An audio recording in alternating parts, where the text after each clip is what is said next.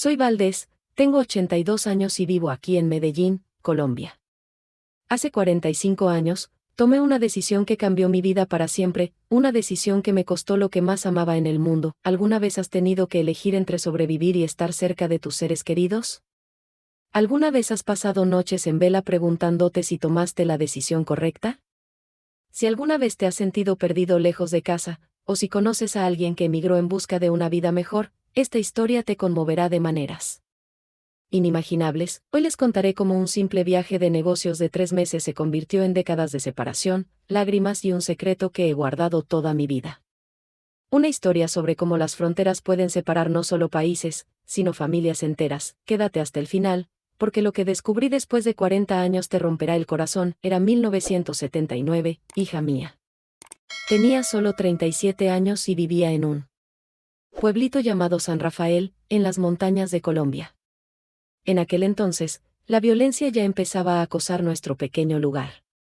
El café que cultivaba mi esposo, Aurelio, apenas alcanzaba para mantener a nuestra familia. Éramos 5, Aurelio, yo y nuestros 3 hijos, Miguel, de 15 años, Rosalba, de 12, y nuestra pequeña Luz Marina, de solo 8. Luz Marina era mi sombra. Nunca se separaba de mi lado, ni siquiera para dormir. Tenía los ojos más dulces que he visto en mi vida, color miel, y una sonrisa que iluminaba nuestra casita de barro. Recuerdo como si fuera ayer el olor a café tostado que siempre llenaba nuestra cocina, mezclado con el aroma de la leña quemándose en la estufa. Las mañanas eran frescas en aquellas montañas, y el vapor subía de nuestras tazas de aluminio mientras planeábamos el día. Fue en una de esas gélidas mañanas de julio que llegó la noticia. Mi hermana Consuelo, quien había emigrado a Venezuela 3 años antes, envió una carta que nos cambiaría la vida. Celeste, decía la carta, hay mucho trabajo aquí en Caracas. Necesito a alguien de confianza para cuidar de una familia adinerada. Pagan muy bien, en dólares. 3 meses de trabajo aquí equivalen a 2 años allá en San Rafael. Ven, hermana. Esta es nuestra oportunidad. Aurelio me tomó la mano esa tarde, tenía las manos callosas de trabajar en el campo. Cariño, dijo, quizás esta sea la oportunidad que hemos estado esperando. 3 meses de viaje, y luego regresaremos con suficiente dinero para comprar más tierra y enviar a los niños a la escuela. Qué ingenua fui, hija mía.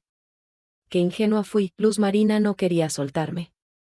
La noche antes del viaje, se aferró a mi falda azul de algodón. Recuerdo la sensación de esa tela, suave por tantos lavados. Mami, dijo con esa dulce vocecita, no te vayas. Tengo un mal presentimiento. Los niños a veces sienten lo que los adultos no podemos ver, ¿verdad? El viaje a Caracas duró 2 días. Primero, un autobús a Cúcuta, luego otro a la capital venezolana.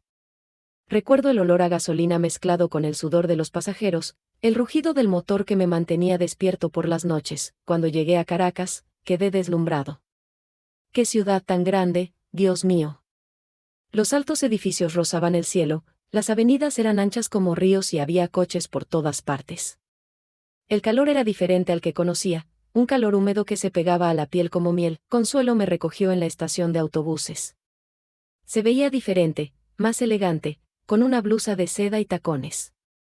Hermana, me dijo, abrazándome fuerte, ya verás cómo cambia la vida aquí. La familia para la que iba a trabajar vivía en un barrio llamado Las Mercedes. ¡Qué casa tan bonita, querida! Tenía 2 pisos, un jardín con flores que nunca había visto y una piscina azul como el cielo. Doña Leticia, la jefa, era una señora refinada que hablaba con suavidad y siempre olía a perfume francés. Celeste, dijo el primer día, necesito que alguien cuide de mis 3 hijos. Mi esposo viaja mucho por negocios y yo tengo mis actividades sociales. El sueldo es bueno, $800 al mes, más comida y alojamiento. $800. Era más dinero del que Aurelio ganó en un año entero con el café. Las semanas empezaron a pasar volando. Cuidé a los hijos de la familia, Andrés, de 10 años, Carolina, de 7, y el pequeño Roberto, de 4. Se portaban bien, pero extrañaban a su madre, que salía temprano y regresaba tarde. Los consolaba, jugaba con ellos y les contaba las mismas historias que les contaba a mis propios hijos.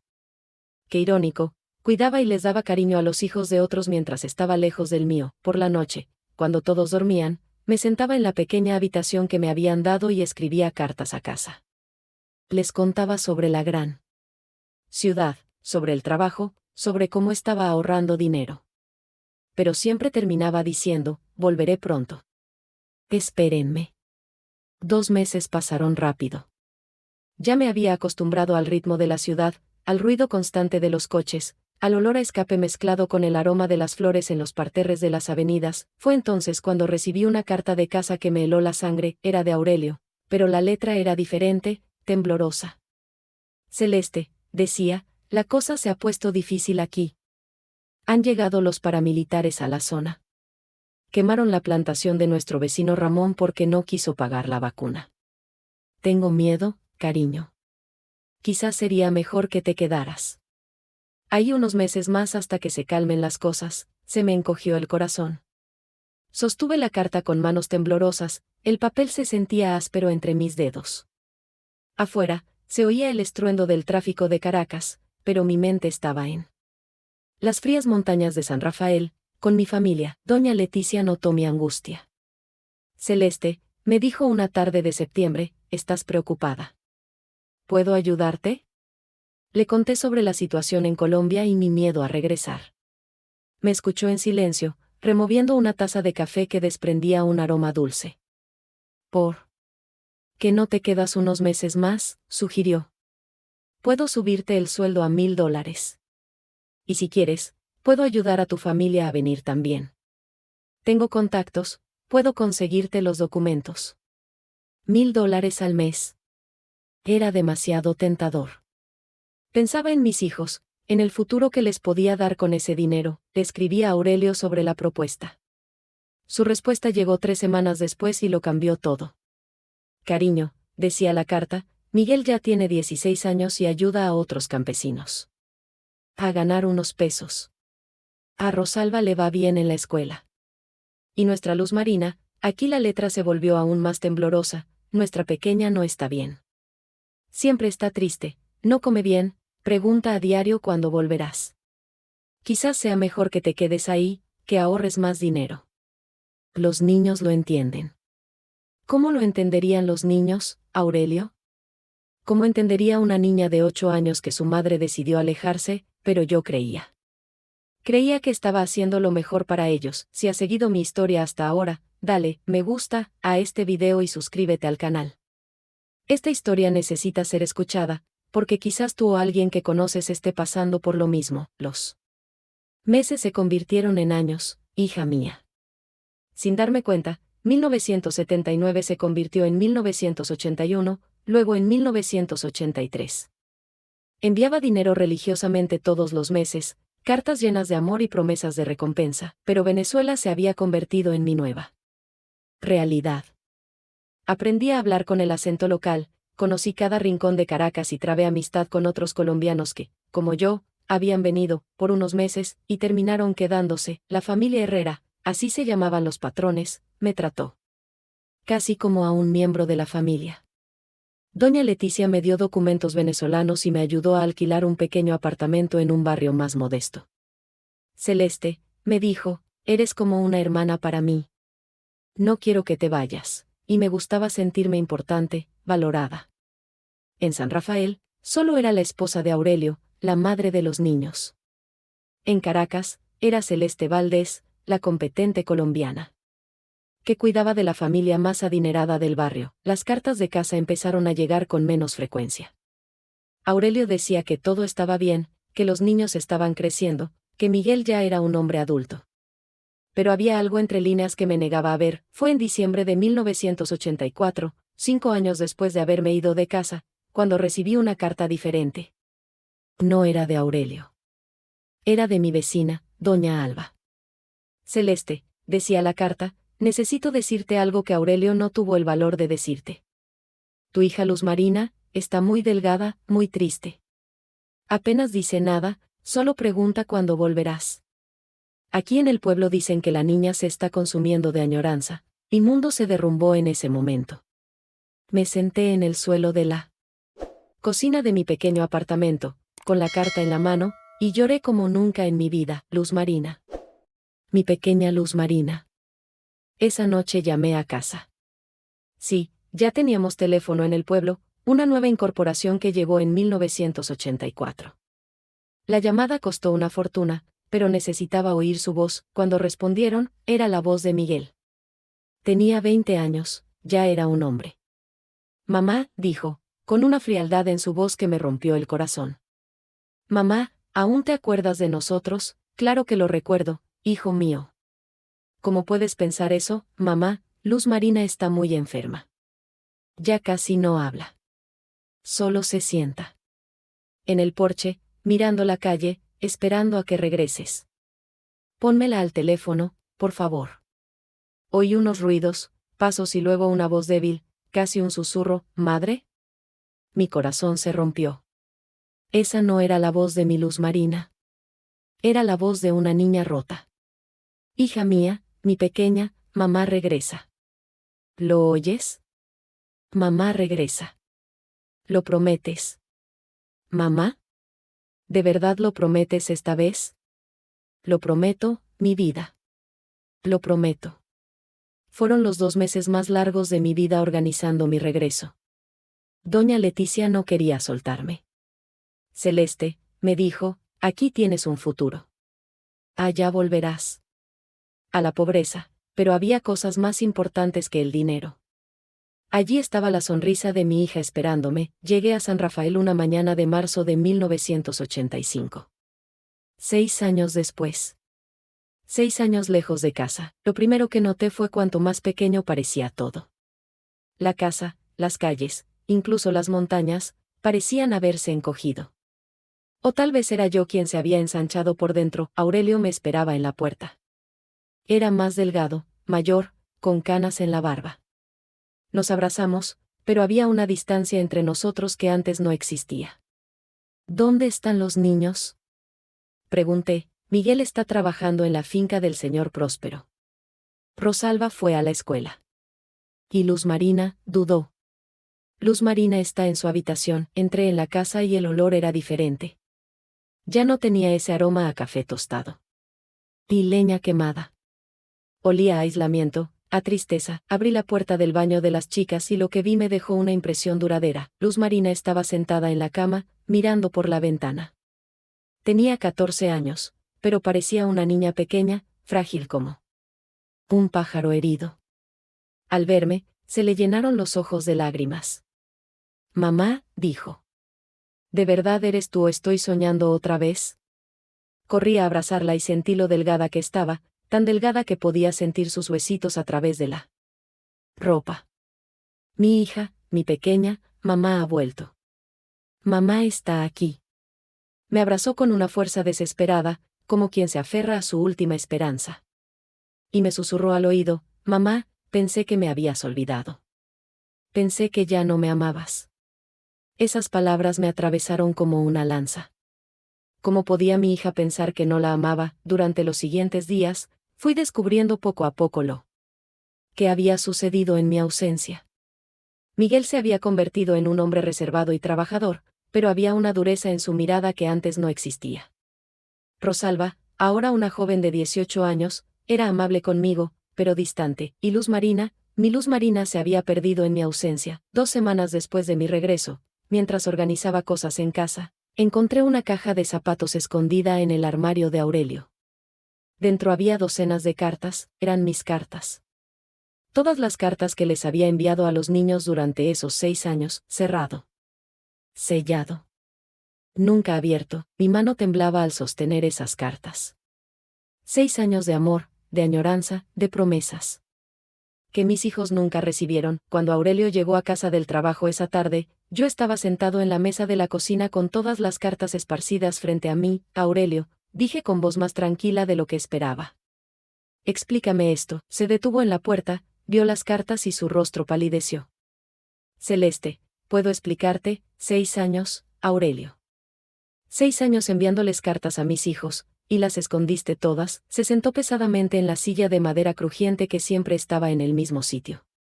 Se pasó las manos por el pelo, un gesto que conocía desde nuestra infancia. Celeste, dijo finalmente, estaba furioso. Muy furioso. Te fuiste 3 meses y te quedaste 6 años. Los niños preguntaban por ti a diario, lloraban, sufrían. Y yo, no sabía qué decir. Entonces decidiste que no podían recibir mis cartas, pensé que sería más fácil para ellos si se olvidaban de ti por un tiempo. Si no seguían aferrándose a una esperanza que nunca parecía hacerse realidad, ¿más fácil para ellos o para ti, Aurelio? Él no respondió, pero vi lágrimas en sus ojos. ¿Sabes lo que me dijo tu hija cuando llegué? Continué. Que creía que ya no la quería. ¿Sabes que dejó de comer bien, de jugar, de sonreír? ¿Por qué creía que su madre la había abandonado? Me dijiste que me quedara más tiempo, que las cosas aquí no eran fáciles, y por eso me quedé. Es curioso que todos supieran del dinero que envié. ¿Cómo pudiste tener el valor de mentirles a tus hijos, de ponerme en su contra? Te apoyé todos estos años, te dejé tranquilo, y así es como me lo pagas. Celeste, destruiste la confianza de nuestros hijos en mí, Aurelio. Y destruiste la mía en ti también. Esa noche, les enseñé las cartas a los niños. Plus. Marina lloró tanto que le dio fiebre. Miguel leyó algunas en silencio y luego salió de casa. Rosalba me miró con una mezcla de alivio y tristeza. Mamá, dijo, sabía que no nos habías olvidado. Lo sabía. Los meses siguientes fueron los más duros de mi vida. Más duros incluso que los años que pasé lejos de casa, porque ahora estaba cerca de ellos, pero a la vez tan lejos. Miguel apenas me hablaba. Trabajaba todo el día y llegaba tarde a casa, comía en silencio y se iba a dormir. Rosalba era cariñosa, pero había cierta cautela en sus gestos, como si temiera que si se encariñaba demasiado, yo volviera a desaparecer, y Luz Marina, mi pequeña Luz Marina estaba rota por dentro, tenía ataques de llanto inexplicables. Se despertaba gritando en mitad de la noche y se aferraba a mi ropa cada vez que salía de casa, incluso si era solo al patio trasero. Mamá, dijo con esos ojos grandes y temerosos, no te vas a ir otra vez, ¿verdad? Me prometes que no te irás, y lo prometí, cada vez. Pero pude ver que ella no me creía del todo. Aurelio y yo intentamos reconstruir nuestro matrimonio, pero había una ruptura entre nosotros que parecía imposible de reparar. Dormíamos en la misma cama, pero éramos desconocidos. Él no podía perdonarme por estar lejos tanto tiempo, y yo no podía perdonarlo por esconder mis cartas. El dinero que había ahorrado en Venezuela casi se había agotado. La violencia en la región continuaba y las oportunidades de trabajo eran escasas. Fue entonces cuando me llamó la señora Leticia. Celeste, dijo, te necesito de verdad. Mi esposo ha sido transferido a Miami, en Estados Unidos. Queremos que vengas con nosotros. El salario será aún mejor, $2,000 al mes. Es una oportunidad única. $2,000 al mes. Era más dinero del que jamás podría soñar, pero miré a Luz Marina, que estaba sentada en el suelo de la sala jugando con una muñeca vieja, y supe que no podía. Doña Leticia, gracias por el ofrecimiento, pero mi lugar está aquí con mi familia. Celeste, ¿estás segura? Es mucho dinero. Estoy seguro. Hay cosas más importantes que el dinero. Cuando colgué el teléfono, Luz Marina me estaba mirando. Mamá, dijo suavemente, ¿alguien te pidió que te fueras otra vez? Sí, hija mía. Pero dije que no. Dije que mi lugar está aquí contigo, por primera vez en meses, sonrió. Una sonrisa pequeña y tímida, pero genuina. Pasaron los años, hija mía, y nuestra familia se fue reconstruyendo poco a poco, como un jarrón roto que se va pegando con cuidado, pieza por pieza. Miguel terminó casándose con una dulce chica del pueblo vecino llamada Patricia. Tuvieron 3 hijos, y Miguel se convirtió en un padre presente y amoroso. A veces lo veía jugar con los pequeños y pensaba, aprendió de mí lo que no se debe hacer. Rosalba terminó sus estudios y consiguió trabajo en una escuela local. Nunca se casó, decía que prefería cuidar de sí misma. Mamá, me dijo una vez, he aprendido que no podemos depender completamente de nadie. Esas palabras me dolieron el corazón porque sabía que ella había aprendido eso de mí. Y Luz Marina, mi Luz Marina nunca se recuperó del todo, creció. Y se convirtió en una mujer hermosa, pero siempre frágil, siempre insegura. Le costaba hacer amigos y confiar en la gente. Cuando cumplió 20 años, me dijo, mamá, tengo miedo de amar a alguien y que me deje. ¿Por qué dices eso, hija mía? Porque si hasta mi madre se fue y me dejó, cualquiera puede hacerlo. En ese momento, comprendí la magnitud del daño que había causado. No era solo la separación, era la incertidumbre. Era que ella no sabía si volvería, si todavía la amaba, si era importante para mí. Se casó a los 25 años con un hombre bueno y trabajador que la trataba con mucho cariño. Pero cada vez que él tenía que viajar por trabajo, Luz Marina se aterraba, pensando que no regresaría. Tenían 2 hijos preciosos, pero ella era una madre ansiosa y sobreprotectora.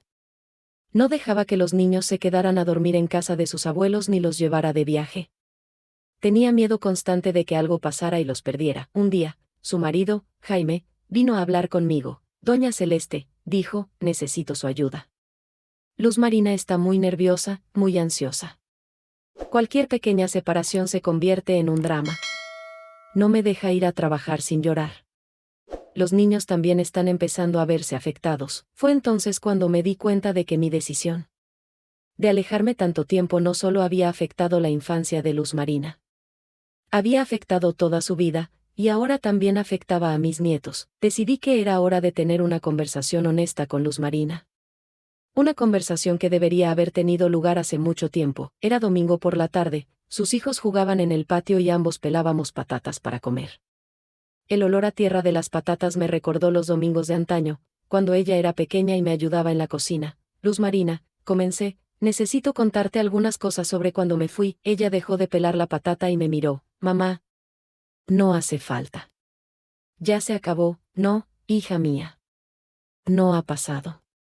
Está ahí dentro de ti, lastimándote a ti y a tu familia.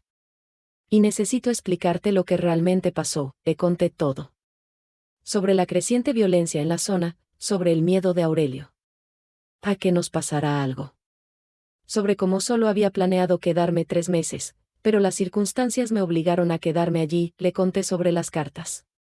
Todas las cartas que le escribí, llenas de amor, que su padre escondió. Doña Leticia incluso me dio la oportunidad de llevarlos a todos a Venezuela. Ella nos daría los documentos y la vida sería más fácil y próspera, pero su padre me respondió. 3 semanas después sí se negó a ir con ustedes y abandonar esta ciudad.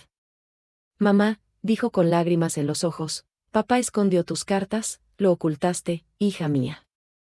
Durante 6 años te escribí cada semana, diciéndote cuánto te extrañaba.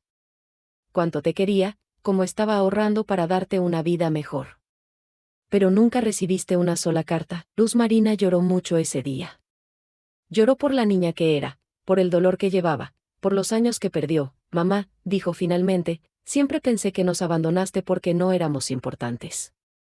Para ti, hija mía, siempre has sido lo más importante de mi vida. Todo lo que hacía era pensando en ti. Quizás me equivoqué, quizás debí haber regresado antes, pero nunca, nunca fue por no quererte. Ambos lloramos abrazados esa tarde y, por primera vez en décadas, sentí que mi hija realmente creía en mi amor. En las semanas siguientes, Luz Marina empezó a cambiar. Empezó a comprender que sus inseguridades provenían de una herida sin cicatrizar, de un malentendido que duraba años. Buscó ayuda de un psicólogo en la ciudad y comenzó a trabajar sus emociones y ansiedades. Poco a poco, aprendió a confiar. De nuevo, a no ver una separación temporal como un abandono permanente. Sus hijos, mis nietos, también se han beneficiado. Luz Marina se ha convertido en una madre más tranquila y segura. Jaime puede viajar por trabajo sin estrés, y los niños pueden dormir en casa de sus abuelos sin que su madre se desespere. Hoy, a mis 82 años, cuando miro hacia atrás veo claramente los errores que cometí. Mi primer error fue no regresar después de 3 meses, como había prometido. Dejé que las circunstancias y mi afán de lucro prevalecieran sobre el amor por mi familia. El segundo error fue no insistir más en hablar con mis hijos, no sospechar cuando sus cartas dejaron de llegar, pero el mayor error de todos fue de Aurelio, quien decidió ocultar mis cartas. Creía que protegía a los niños, pero en realidad, les hacía mucho daño. Miguel ya tiene 60 años, abuelo de 5 hermosos nietos. Hemos logrado reconstruir nuestra relación con los años, pero aún a veces percibo distancia, recelo por su parte. Nunca me lo ha dicho directamente, pero sé que mi ausencia durante su adolescencia lo marcó. Rosalba, a sus 57 años, es una mujer independiente y fuerte que ha forjado una vida sólida. Pero a veces me pregunto si nunca decidió casarse. ¿Por qué? Aprendió de mí que las personas que amamos pueden desaparecer de nuestras vidas. ¿Y Luz Marina? Mi Luz Marina ya tiene 49 años, es una madre dedicada y una esposa feliz. La terapia la ha ayudado muchísimo, y nuestra relación ahora es cercana y amorosa. Pero sé que las cicatrices de mi infancia nunca han desaparecido del todo. Aurelio murió hace 10 años de un infarto. Antes de morir, se disculpó por las cartas ocultas. Celeste, dijo, fue el mayor error de mi vida. Quise proteger a los niños, pero terminé lastimándolos aún más. Lo perdoné, por supuesto. Le guardé rencor durante muchos años, pero la vida es demasiado corta para llevar tanto peso en el corazón. ¿Qué he aprendido de todo esto? Que no hay dinero en el mundo que valga la infancia perdida de un niño. Que separar a las familias por necesidad económica deja heridas que a veces nunca sanan del todo. También aprendí que la comunicación lo es todo en una familia. Si Aurelio me hubiera contado sobre el estado emocional de los niños, si hubiera insistido más en hablar con ellos, quizás todo habría sido diferente. Quienes nos escuchan, quizás algunos estén pasando por la misma situación. Quizás estén lejos de su familia por necesidad, quizás tengan hijos esperando en casa, quizás sean hijos esperando el regreso de sus padres. Quiero que sepas una cosa, el amor no se mide por la presencia física, sino por la constancia del cariño. Si están separados por necesidad, manténganse siempre en contacto. Llámense, escríbanse, envíen mensajes. No dejen que sus hijos duden de su amor ni por un segundo. Si eres un niño que espera, ten paciencia. A veces los padres toman decisiones difíciles porque creen que hacen lo mejor para ti. Lo importante es mantener la comunicación, mantener vivo el amor a pesar de la distancia. Y si eres como Aurelio, si estás enojado, si te sientes abandonado, no escondas las cartas, no cortes la comunicación. Los niños necesitan saber que los aman, incluso cuando sus padres no están. Hoy tengo 6 nietos y 4 bisnietos. Todos conocen esta historia, porque decidí que no habría más secretos en nuestra familia. Saben que la vida a veces nos obliga a tomar decisiones difíciles, pero que el amor siempre encuentra la manera de prevalecer. Mi pequeña Luz Marina me visita cada semana. Preparamos café juntas, como cuando era pequeña. A veces me mira y me dice, mamá, gracias por volver. Y yo le respondo, hija mía, gracias por esperarme. El amor de una madre es la fuerza más poderosa del mundo, pero necesita ser cultivado, regado y cuidado a diario. No importa la distancia ni las circunstancias, el amor verdadero siempre encuentra la manera. Esta es mi historia. Una historia de prueba y error, de dolor y sanación, de separación y reencuentro. Espero que les llegue al corazón tanto como al mío cada vez que la cuente. Si esta historia te conmovió, si te identificaste con alguna parte, dale me gusta a este video. Además, deja un comentario compartiendo tu experiencia. Compartir nuestro dolor a menudo ayuda a sanar, y suscríbete al canal, porque aquí contamos historias reales, historias de personas reales que pasaron por situaciones difíciles y encontraron la fuerza para seguir adelante. Recuerda, por difícil que sea tu situación, siempre hay esperanza. Siempre existe la oportunidad de empezar de nuevo, de sanar, de reconstruir los lazos que el tiempo y la distancia han dañado. Que Dios bendiga a cada uno de ustedes y que sus familias permanezcan unidas, no importa las tormentas que traiga la vida.